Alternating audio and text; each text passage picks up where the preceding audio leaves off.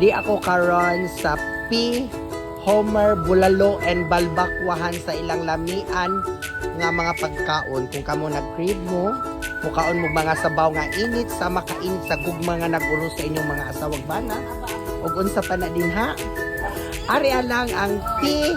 Homer, Bulalo, and Balbakwahan sa ilang lamian nga timpla char. So atong ablihan mga kaasa. So di ara nagbaga-baga o nya apay usa. O nya og ganahan pud mo ang mga kaasa na pud sila mga Barbie. O di sila mga Barbie na mga po kaayo sa pinakamura nga presyo.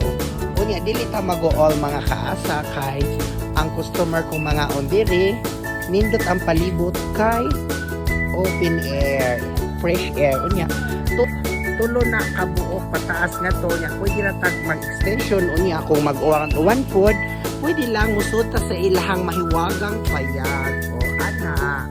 Unya, kung mubayad pod easy lang kay na silang cashier nga pinakagwapa, pinaka-sexy si Yaya Nora. Kani siya ha? Duha ni sila. Mao jud ni tinuod nga asawa. Kato siya ka-share lang.